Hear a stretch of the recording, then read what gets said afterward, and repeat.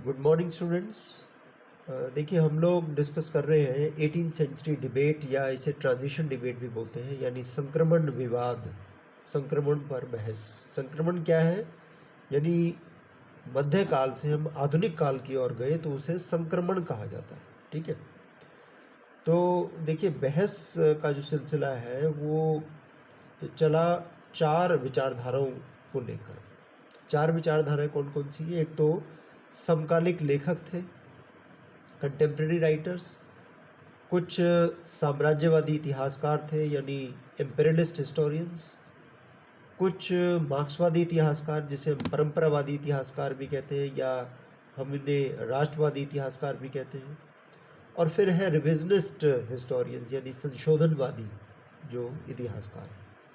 तो अभी हमने दो जो ओपिनियंस हैं, यानी कंटेम्प्रेरी राइटर्स और एम्पेरियलिस्ट राइटर्स, इनके बारे में पढ़ लिया है। कंटेम्प्रेरी राइटर्स जो उस समय के लेखक थे, जो उस समय के इतिहासकार थे, उन्होंने 18वीं सदी के बारे में क्या कहा वो हमने पढ़ा कि उन्होंने कहा कि ये तो डार्क एज थी, ये तो अंधकारमय युग था, इसमें तो सब कुछ बुरा हो रहा था। ठीक है, लेकिन ये हमने जाना कि उन्होंने ये ऐसा क्यों कहा, अपनी ही सदी को उन्होंने बुरा क्यों कहा, तो उसके कारण हमने कल जाना। दूसरा, एम्पेरियलिस्ट हिस्टोरियंस वो कहते हैं कि वो भी इस बात को आगे फॉरवर्ड करते हैं कि 18वीं सदी का जो समय था ये एक बहुत ही कठिन समय था, बहुत ही अंधकारमय युग था। वो किस लिए कहते हैं? वो अपने रूल को जस्टिफाई करने के लिए, क्योंकि एम्पेरियलिस्ट जो राइटर्स थे वो अंग्रेज़ों के ही लेखक थे, अंग्रेज़ ही थे।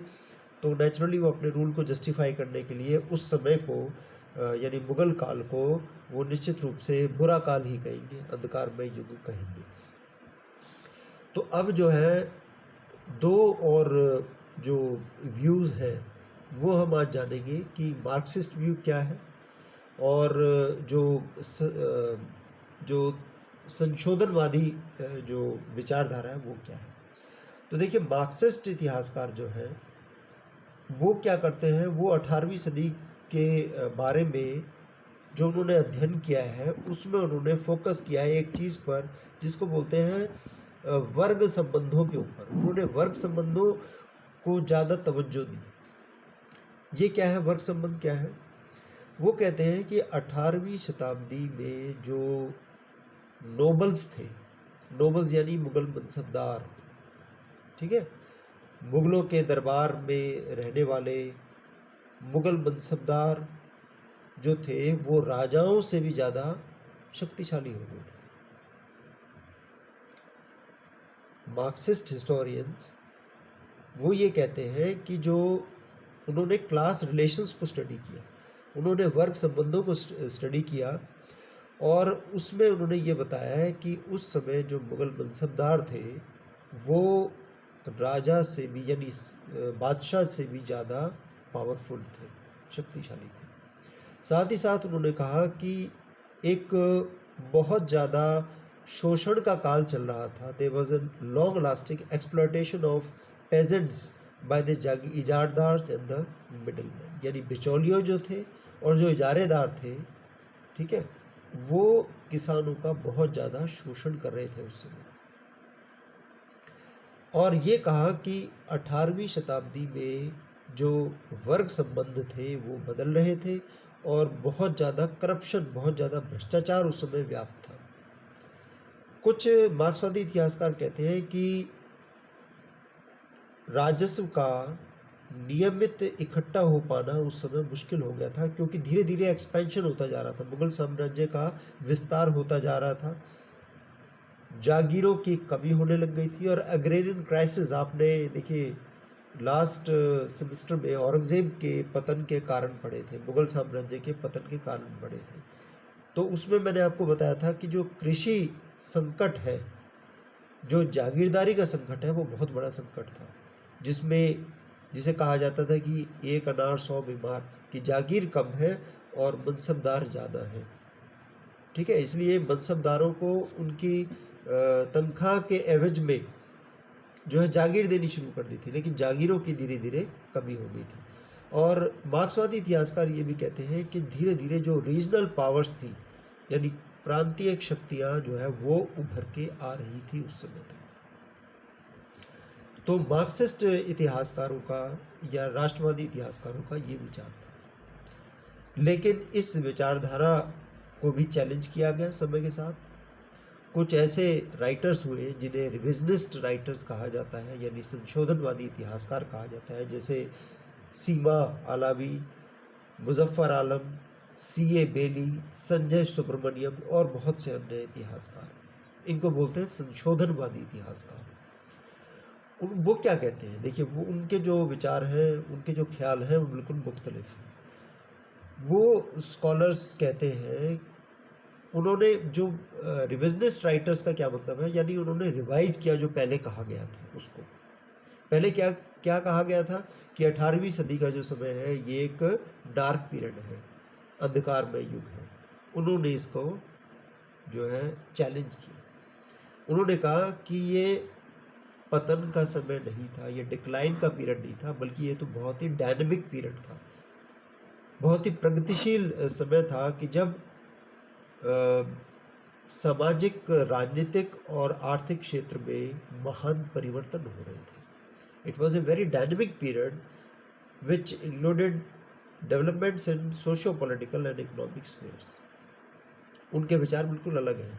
देखिए कहाँ तो कंटेम्प्रेरी राइटर्स और जो उसके बाद के जो राइटर्स हुए, कंटेम्प्रेरी राइटर्स के बाद जो इम्पेरियलिस्ट राइटर्स हैं वो ये कहते हैं कि 18वीं सदी का तो अंधकारमय युग था। लेकिन वो क्यों कहते हैं ये भी आपको मैंने बताया, अपने अपने। अब देखो जो कंटेम्प्रेरी राइटर्स हैं उनको नौकरी से निकाल दिया था, तो नेचुरली उस शासन की वो भर्त्सना करेंगे जहाँ से उनको निकाल दिया गया था नौकरी से।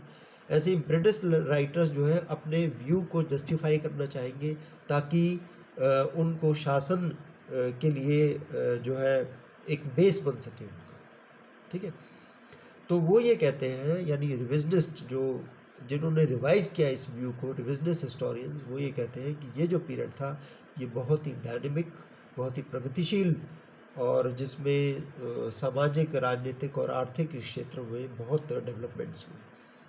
और उन्होंने एक और चीज़ की तरफ जो है हमारा ध्यान केंद्रित किया है, वो ये कहते हैं कि उस समय प्रांतीय खुशहाली और सांस्कृतिक खुशहाली देखी जा सकती है 18वीं शताब्दी में। जैसे मैंने आपको बताया था कि जो कंटेम्प्रेरी राइटर्स थे, समकालिक इतिहासकार, उन्होंने मुगल सेंट्रिक होकर देखा चीज़ों को, यानी मुगल शासकों की ओर उसने मतलब उन इतिहासकारों ने जो है अपना एनालिसिस किया। ये कहते हैं कि उस समय रीजनल प्रॉस्पेरिटी और कल्चरल प्रॉस्पेरिटी बहुत ज़्यादा हुई, सांस्कृतिक विकास हुआ और क्षेत्रीय राज्यों का विकास हुआ। 18वीं सदी में रीजनल स्टेट्स इमर्ज हुए। मैंने आपको बताया था कि बहुत से नए राज्यों का उदय हुआ था, नए स्वतंत्र राज्य, जैसे बंगाल है, अवध है, ठीक है। ये नए राज्य जो है उदित हुए थे उस समय, और they had rich cultural tendencies. तो 18वीं सदी का अगर हमें इतिहास पढ़ना है तो कहा जाता है कि जो मुग़ल सेंट्रिक अप्रोच है, यानी केवल मुग़ल शासकों को देखते हुए, और ये इस निर्णय पर पहुंचना कि 18वीं सदी का अंधकारमय युग था। ठीक है, मुग़ल साम्राज्य पतन की ओर था, पतोन्मुख था, लेकिन मुग़ल साम्राज्य के अतिरिक्त बहुत से नए नए राज्य, छोटे छोटे राज्य उस समय उभरे हुए थे या उभर रहे थे, और वहाँ पे बहुत खुशहाली थी।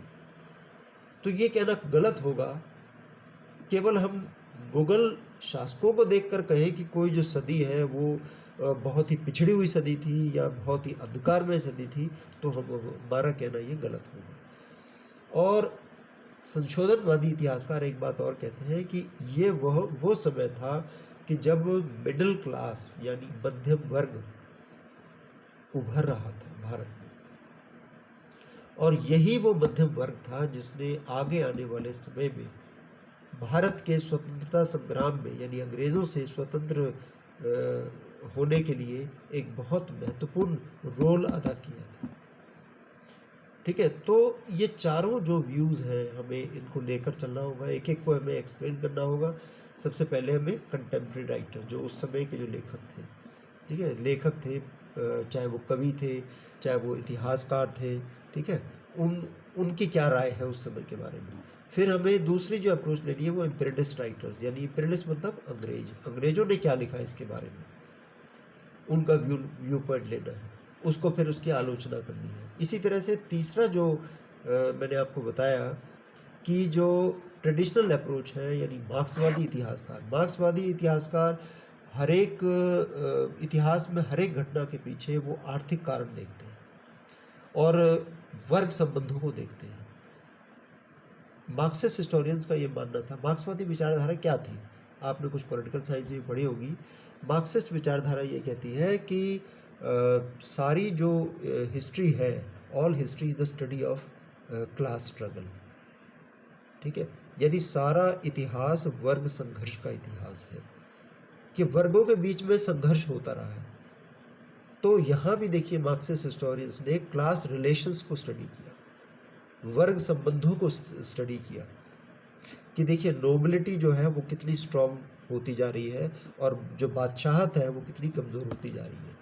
इसी तरह से किसान और जो छोटे किसान हैं वो किस तरह से जो बड़े-बड़े इजारेदार हैं या बड़े-बड़े जागीरदार हैं, भूमिपति हैं, ठीक है? उनके चंगुल में फँस गए थे या बिचौलियों के चंगुल में फँस रहे थे।